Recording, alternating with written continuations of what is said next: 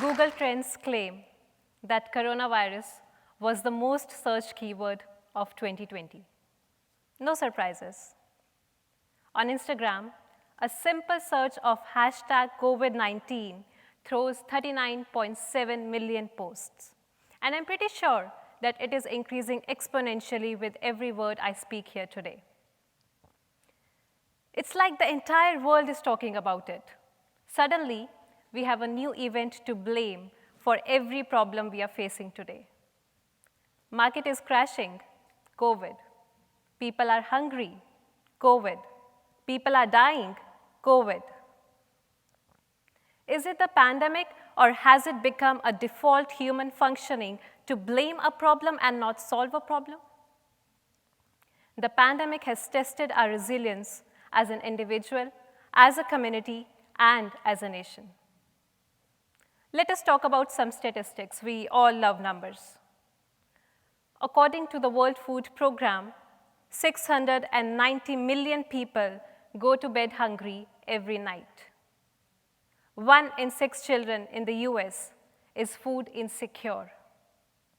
14% of the Indian population is undernourished, and 42% of Afghanistan population is hungry. Do these statistics blow your mind? Well, these statistics do not shock me. What astonishes me is that the rate of food insecurity is increasing, and so is the rate of food wastage and the rate of obesity. Not to forget, the national GDPs have been increasing, rate of food prices have been increasing, food aid has been increasing, and so is the donation-making power of the richest of the rich. Several deadly statistics are soaring the sky, but the buying capacity of the poor remains the same. So, will we still agree that the pandemic has to be blamed for everything? Well, the COVID-19 pandemic just re-emphasized the need of an already existing demand for building hunger-resilient communities. Have you all heard about time travel? Let us travel back 73 years. The year is 1948. We are in Paris. Lovely, romantic, mesmerizing. The year is 1948, and we are in Paris. The United Nations General Assembly proclaims the Universal Declaration of Human Rights. Article 25 of the Declaration states that every individual has a right to a standard of living adequate for the individual and for the family, including the right to food, that is, every individual has a right to food. Let us travel back a few more years. The year is 1941. President Franklin Roosevelt highlights the freedom from want in his famous 4 Freedom speech. He talks about the right to food. The time travel is over. We are back in 2021. We are back in this auditorium. 80 years later, 8 decades later, unfortunately, that fundamental human right to food is still not binding by law. I would like to emphasize the 3 pillars of right to food: food availability, food adequacy, and food accessibility. Now, when I talk about food availability or food adequacy, what comes to your mind? Food production? Increase the food production because we want to feed millions of people, increasing population, their children and their children. Sustainable production, organic production, green revolution. Green revolution.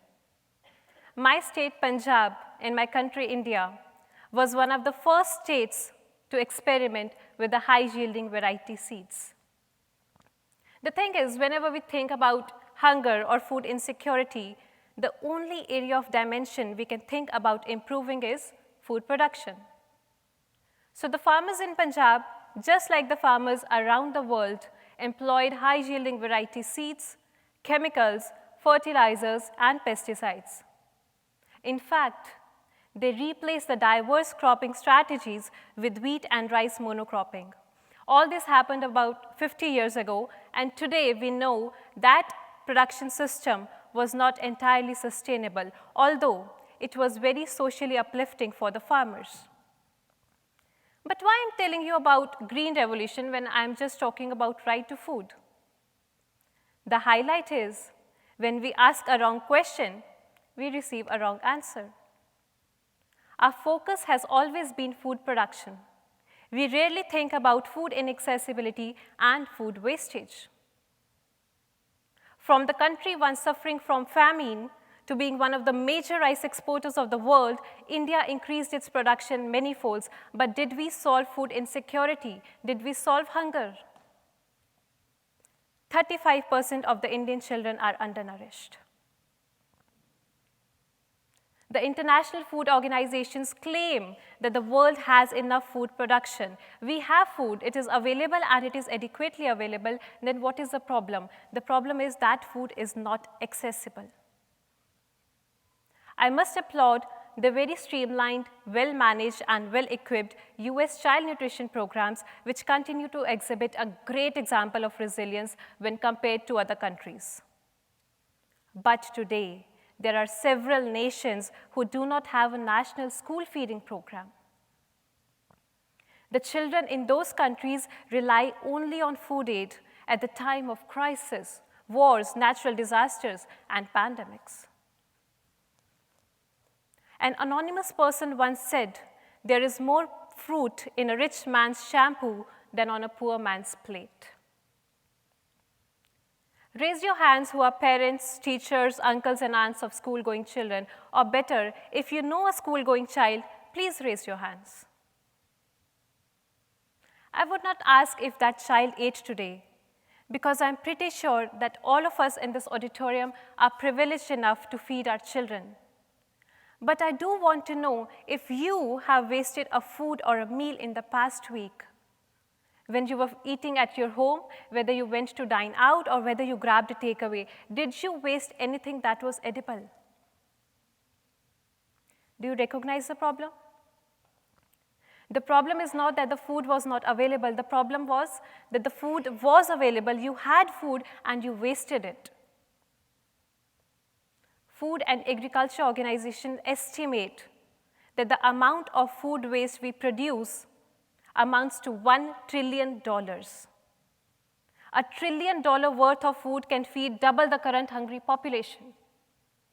30 to 40% of the global food supply goes waste. One of the 17 Sustainable Development Goals calls for ending hunger and ensuring safe, nutritious, and sufficient access to food for all people worldwide by 2030. In 2019, 2 billion people did not have this access again before the pandemic. Google can tell you the 10 ways in which we can build hunger-resilient communities, or hunger-resilient schools, or hunger-resilient school meal programs.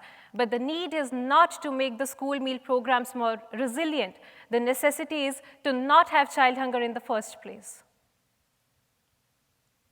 So what are my 2 cents today? I'm not here to solve hunger, I'm sorry. We are living in a world where one tweet can change the face of stock market. Don't tell me that you do not have a solution for hunger. First, reduce food wastage. Second, empower the poor. If hunger was to be solved via food banks, food drives, NGOs, and $1 billion donations, it would have been solved years ago, and I would not be here. I'm not undermining the noble work which has been done. But now, we need to change our lens. We need to update our strategies. We need to make lesser roundtables and take more capacity-building actions. Improvise public-private partnerships. Make the poor more resilient in a way that they have access to money and to food. Third, and most importantly, make the fundamental human right to food as binding by law. Thank you.